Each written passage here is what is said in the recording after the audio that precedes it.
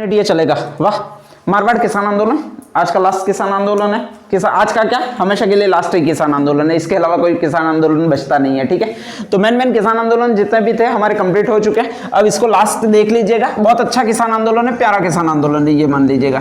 मारवाड़ किसान आंदोलन जिसको ले लेते हैं, एक्चुअल में दिक्कत कहाँ है? अरे बीकानेर में प्रजामंडल में लूंगा, चिंता ना करो तुम वो उसको दो को कॉम्बिनेशन में ले लेंगे तो झंझट उसकी खत्म हो जाएगी। बीकानेर प्रजामंडल की स्थापना कैसे हुई है उसमें। नेक्स्ट, मैं छोड़ता नहीं हूँ इसलिए तुम चिंता ना करो, वो कहीं ना कहीं एडजस्टमेंट में आते रहते हैं मेरे टॉपिक। ठीक है, ऐसा कभी नहीं होता कि इस टॉपिक में ये छूट गया तो इसका मतलब आएगा नहीं। ठीक है, इसीलिए तो इतना टाइम नहीं लगता है, नहीं तो मैं आप कहते 10 दिन में खत्म करके चला जाऊँ, लेकिन प्रॉब्लम यही होती है एक सारा पढ़ाना होता है। मारवाड़ किसान आंदोलन, अब इसमें क्या हुआ है वो देख लीजिए। तो सबसे पहले यहां पर 87-13 का अनुपात था।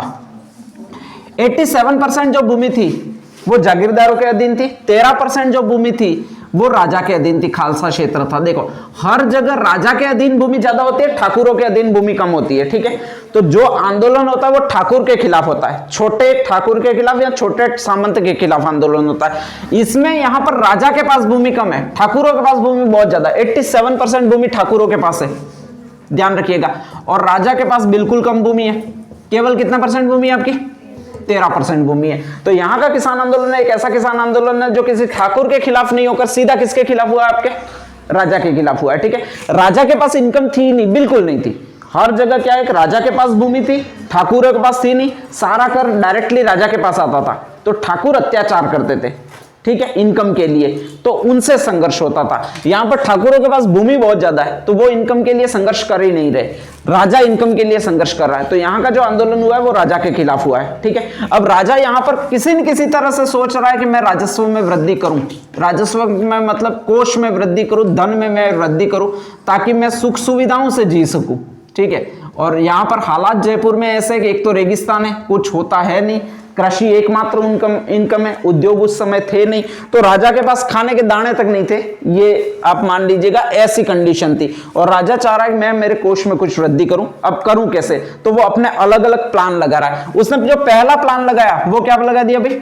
तोल आंदोलन। तोल आंदोलन में वो क्या करता था कि सबसे तोल के, भाई तेरे कितने क्विंटल गेहूं हुए ये तोलता था, और उसमें अगर तेरे कहा जाता है कि मान लो 10 क्विंटल गेहूं हुए तो राजा कहता था कि उसमें से 2 क्विंटल गेहूं मुझे दे दे। ठीक है, मतलब 2 बोरी गेहूं मुझे दे दे। अब राजा ने सोचा कि साला ये 10 क्विंटल हर बार हो रहे हैं, इसको मैं बढ़ाऊं कैसे? ठीक है, तो बढ़ाऊं कैसे, उसने बहुत दिमाग लगाया। फिर सोचा कि मैं एक चीज कर देता हूं, तोल को कम कर देता हूं। ठीक है, तोल को कम कर देता हूं का मतलब 1 किलो में अभी आपके 1000 ग्राम होते हैं, उस समय तोले चलता था, और वो तो जो तोले होते थे वो कितने तोले होते थे? 100 तोले होते थे। इसको मैं कम कर देता हूं और इसको 1 किलो कितने ग्राम का कर देता हूं भाई? 800 ग्राम का कर देता हूं।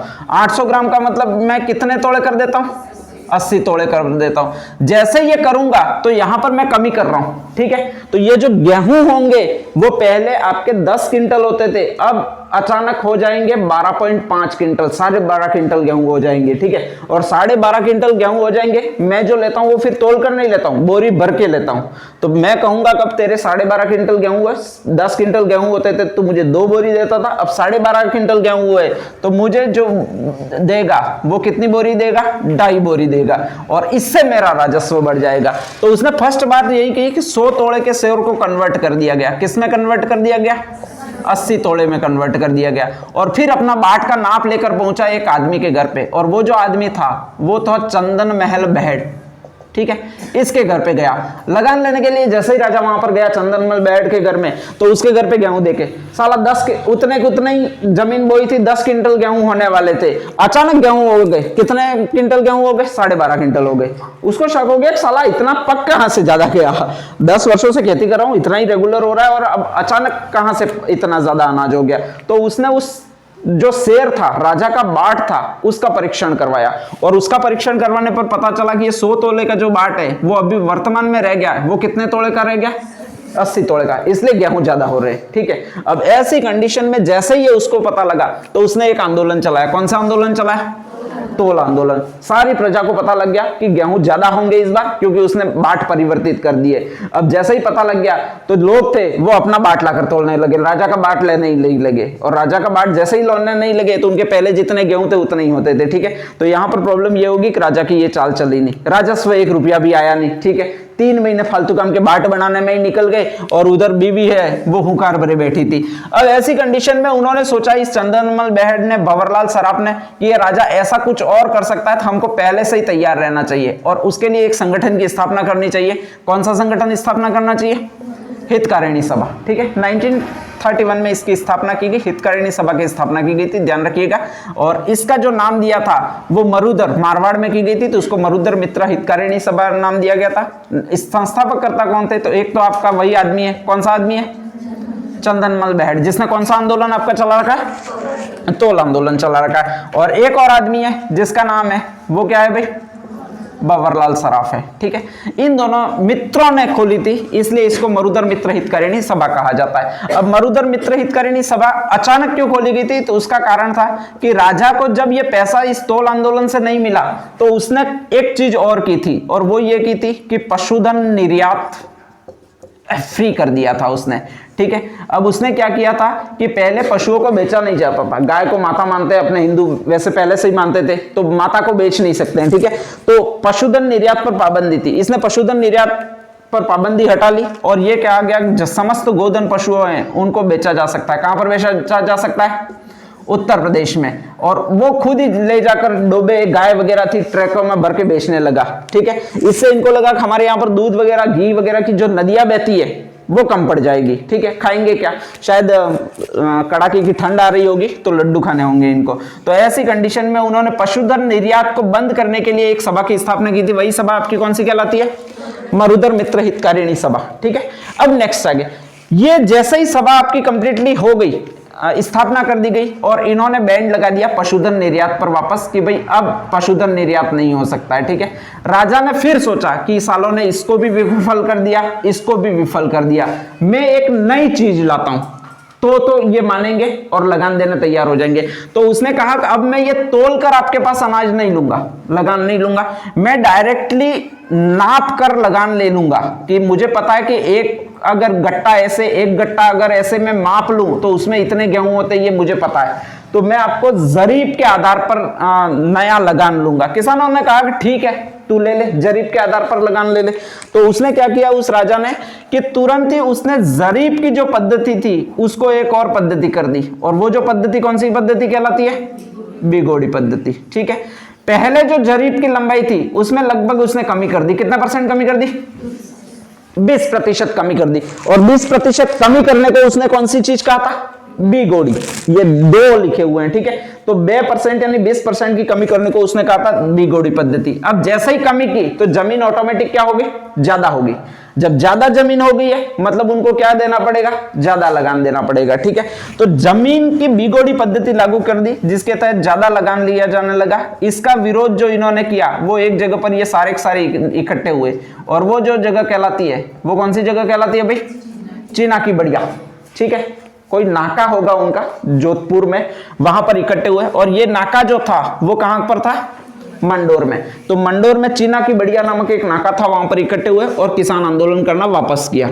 अब जैसे ही किसान आंदोलन करना वापस किया तो वापस राजा ने यह भी कहा चलो मैं इसको भी कैंसिल कर देता हूं, लेकिन ये तुम ध्यान रखना कि लौट कर जरूर वापस आएगा, ये कोई नए प्लान के साथ में। ठीक है, तो नेक्स्ट इसको तो मैं खत्म कर रहा हूं तुम्हारे इस किसान आंदोलन के कारण, लेकिन हो सकता है कि आगे इसे सतर्क रहना। अब ये सतर्क हुए और सतर्क हुए और कहा कि हम पहले से ही, अब ये राजा कोई प्लान बनाएगा तो हम पहले से ही आंदोलन करना शुरू कर देते हैं, साला बनाएगा क्या। ठीक है, और इसलिए उसने एक कॉन्फ्रेंस की स्थापना की। वो कौन सी कॉन्फ्रेंस कहलाती है भाई?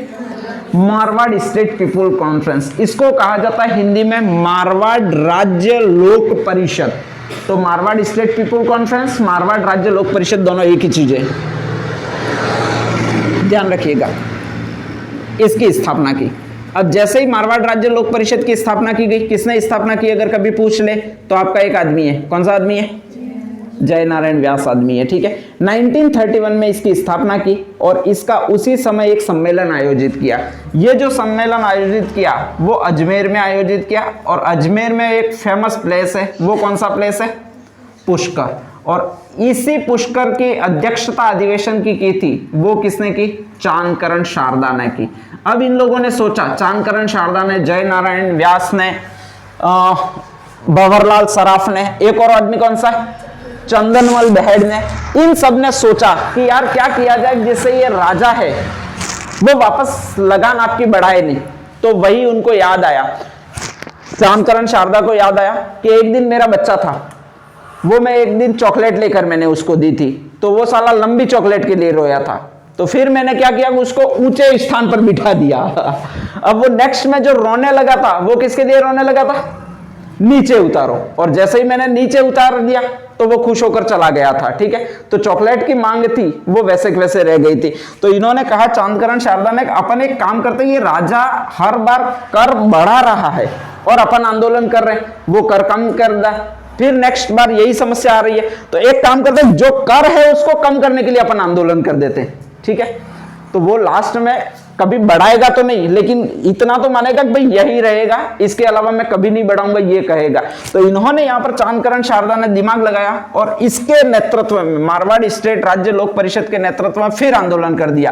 बैठे बैठे ऐसे ही कर नहीं दे रहे, फिर भी आंदोलन कर रहे हैं, ठीक है, कि हम आज से कर नहीं देंगे, उसमें कमी की जाए हो। राजा कह रहा है कि वैसे ही तुम बहुत कम कर दे रहे हो तो उसमें बिल्कुल कमी कर दो। अरे बिल्कुल कम ही दे रहे हो तो हमको वापस पैसे देने शुरू कर दो, तुम देने शुरू कर दो। तो ये जो आंदोलन शुरू किया वो किसने आंदोलन शुरू किया? मारवाड़ स्टेट पीपल कॉन्फ्रेंस ने, ताकि राजा कभी कर नहीं बढ़ा पाए। और वो जो शुरू किया वो किसने शुरू किया? चांदकरण शारदा ने। और इसमें यही किया गया कि जो तुम बेगार का काम करवाते हो उसको भी बंद कर दो, हमको सामने से पैसे दो। ऐसा नहीं होगा कि आज से हम बेगार का काम करेंगे, 1 लाख बाग में कभी वृद्धि नहीं की जाएगी और जो है उसको भी कम कर दिया जाए। यूं तो हर जगह वो राजा को लूटने की फिराक में, ठीक है। ये जो संगठन है वो मारवाड़ स्टेट पीपल कॉन्फ्रेंस है। अब नेक्स्ट आगे, जैसे ही मारवाड़ स्टेट पीपल कॉन्फ्रेंस यहां पर शुरू हुआ तो राजा सोचता था कि इनमें किसी तरह से फूट डालूं मैं, और फूट डालने के लिए वो एक कृषक संगठन लाया, जिसको कौन सा संगठन कहते हैं? जाट कृषक सुधार संगठन, ठीक है। ये जो लाया था उसका एक विश्वसनीय था राजा का, जिसका नाम था रणछोड़ दास गट्टानी। उसको बोला कि यार ये मुझे बहुत ज्यादा परेशान कर रहे हैं, तू एक ऐसा संगठन बना, ठीक है। अब संगठन बनाएगा तो वो ग्रो अप कैसे करा? कुछ किसानों की तू मांगे ला, उनको मैं तुरंत मांग लूंगा, जिससे तेरे पर सारे के सारे किसान होंगे वो तू फेमस हो जाएगा, और सारे के सारे किसान होंगे वो बोलेंगे तू ही मसीहा है, और तेरी तरफ सारे झुक जाएंगे। इनका ये संगठन फ्लॉप हो जाएगा, और जैसे ये संगठन फ्लॉप हो जाएगा तो मैं मेरी मर्जी वाली कर सकता हूं। तो जाट कृषक सुधार संगठन जो लाया गया था वो वास्तव में किसानों के लिए नहीं था, किसानों में सुधार करने के लिए नहीं था, ठीक है। ये जो मारवाड़ है उसमें किसानों में भ्रांति फैलाने के लिए एक संगठन लाया गया था, जिसको कौन सा संगठन कहते हैं? जाट कृषक संगठन सुधार संघ था। और ये जो था वो किसकी तरफ से खड़ा किया गया था? राजा की तरफ से। और इसका जो अध्यक्ष बनाया गया वो कौन था? रणछोड़ दास गट्टानी। नाम कैसे याद रखना? तो वो किसान है, वो रण को छोड़ दे, मतलब युद्ध के मैदान को छोड़ दे, मांगे कुछ भी नहीं करे, इसलिए ये संगठन लाया गया। तो इसके अध्यक्ष जो थे वो कौन थे? रणछोड़ दास गट्टानी थे, ठीक है। नेक्स्ट आगे, जैसे ही रणछोड़ दास गट्टानी ने ये संगठन लाया तो ये बड़ा फेमस हो रहा था। अब ऐसी कंडीशन में इनको लगा कि यार ऐसे कैसे चलता रहा तो सारे किसान वो इसकी बात ज्यादा मानेंगे और ये जो अपना संगठन है वो नष्ट हो जाएगा, ठीक है। तो उन्होंने क्या किया कि धीरे से पीछे से एक और नया संगठन खड़ा कर दिया, जिसको कौन सा संगठन कहा जाता है? मारवाड़ किसान सभा कहा जाता है। उन्होंने इस रणछोड़ दास गट्टानी के मामा बुआ का एक लड़का था, उसको लाकर खड़ा कर दिया और कहा कि तू एक संगठन नया बना दे जो किसानों के हित का हो, ठीक है। इसका जो संरक्षक बनाया गया वो एक आदमी को बनाया गया, जिसका नाम क्या था? मंगल निवास मिर्दा, मंगल राम मिर्दा, ठीक है, ध्यान रखिएगा। और नेक्स्ट मंगल सिंह मिर्दा, सॉरी मंगल सिंह कछावा, अब याद आया ना। एक आदमी था उसका नाम था मंगल सिंह कछावा, उसको इसका संरक्षक बना दिया गया। और उसकी पहली सभा हुई 1941 में, और उसमें इसका जो अध्यक्ष बनाया गया मारवाड़ किसान सभा का, वो बनाया गया बलदेव राम मिर्दा, ठीक है। ये दोनों याद रखिएगा भाई, ये 3 नाम हमेशा पूछता है और ये तो बहुत ज्यादा फेमस रहा है तो ज्यादा पूछता है कि मारवाड़ किसान सभा का पहला अध्यक्ष कौन था। तो पहला अध्यक्ष बलशाली व्यक्ति था, इसको हटाने के लिए लाया गया था, उसका नाम क्या था? बलदेव राम मिर्दा। संरक्षक जो बना था वो आपका कौन बना था? मंगल सिंह कछवा। दोनों कंफ्यूज करेंगे, संरक्षक पर बिंदी आएगी तो उसके नाम पर भी बिंदी आएगी, तो वो कौन सा नाम है आपका?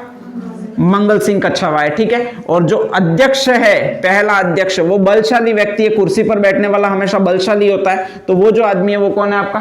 बलदेव राम मिर्दा है, ठीक है। इसने इसका बहुत खुलकर विरोध किया और इसकी सारी बुराइयां थी वो बाहर लाने का काम किया कि भाई ये सही काम नहीं कर रहा है, ये राजा से मिला हुआ है, ऐसे। और ऐसी कंडीशन में ये जाट कृषक सुधारक संघ था वो फिर धीरे धीरे फ्लॉप हो गया, और जैसे ये फ्लॉप हो गया तो इसका कार्य पूर्ण हो गया, इसलिए ये भी धीरे धीरे क्या हो गया? समाप्त हो गया, ठीक है। अब वापस अपने अस्तित्व में आया, वो कौन सा संगठन आया? मारवाड़ स्टेट पीपुल कॉन्फ्रेंस, जिसके 3 मैंने सदस्य बताए। एक तो आपका कौन सा बताया मैंने? चंदनमल बेहड़। एक आपका कौन सा बनाया? जय नारायण व्यास। एक और आपका कौन सा बताया? भवानीलाल सर्राफ, ठीक है। नेक्स्ट आगे, ये एक समय कहा जाता है कि एक गांव था चंदावल, वहां पर बैठकर वापस मीटिंग कर रहे थे कि भाई अपने संगठन को वापस तेज कैसे बनाएं, और ये मीटिंग कर रहे थे, वो कब कर रहे थे? 1942 में, ठीक है। और उसी समय कहा जाता है कि यहाँ के राजा ने वगैरह थक हार कर उसके सारे प्रयास विफल हो गए, तो इन पर हमला करवा दिया, और वो जो घटना कहलाती है वो कौन सी घटना कहलाएगी? चंदावल। हमेशा इसका सन पूछा जाता है, ये ध्यान रखिएगा। ये कब है आपका? 1942 से। कुछ समय तक ये किसान इकट्ठे ही नहीं हुए, ठीक है। 1947 में जैसे ही आजादी मिलने वाली थी, ऐसा लग रहा था, तो 1947 में डाबड़ा नामक गांव में ये सारे के सारे किसान वापस इकट्ठे हुए और उन्होंने सोचा कि अब तो इस राजा से आजादी मिल जाए तो एक बार आर या पार लड़ाई कर ही ले, ठीक है, साले को देखा जाएगा। तो डाबड़ा गांव में इकट्ठे हुए और ये राजा को वापस पता लगा कि साले ये वापस इकट्ठा हो रहे हैं और मुझे हटाने के लिए इकट्ठा हो रहे हैं, तो उसने यहाँ पर डायरेक्टली उसके जो भी लटे ठाकुर थे वो भेज दिए, और जैसे ही भेज दिए तो उन्होंने सीधे सर फोड़ने शुरू कर दिए, और 1-2 को नहीं बल्कि कितने के चूरे किए? 15 के सर थे वो बिल्कुल चूरे में कन्वर्ट कर दिए, भूसे में कन्वर्ट कर दिए। एक तो किसान मरा, वो कौन सा था आपका? पन्नालाल। एक और किसान मरा, वो कौन सा था? नंदाराम। एक और किसान मरा, वो कौन सा था? रामाराम। एक और किसान मरा, वो कौन सा था? चूनाराम। और एक और किसान मरा, वो कौन सा था? रोदाराम। ये 5 किसान थे जो इसमें शहीद हुए। तो वो याद कैसे रखने? तो आपको किससे याद रखने? 15 चूरे से याद रखने। 15 किसानों के चूरे हुए थे, वो किस में हुए थे? डाबड़ा कांड में, ठीक है। और ये जो कांड हुआ था वो आपका कब हुआ था? 1947, मतलब 1947 को हुआ था। तो ये सारी किसान घटनाएं हैं, वो कौन सी किसान घटनाएं? मारवाड़ किसान आंदोलन। इसके बाद भारत आजाद हुआ और ये खत्म हो गया, ठीक है, कांडी। तो ये कुछ कुछ चीजें थी वो आप 100% आप याद रख लीजिएगा।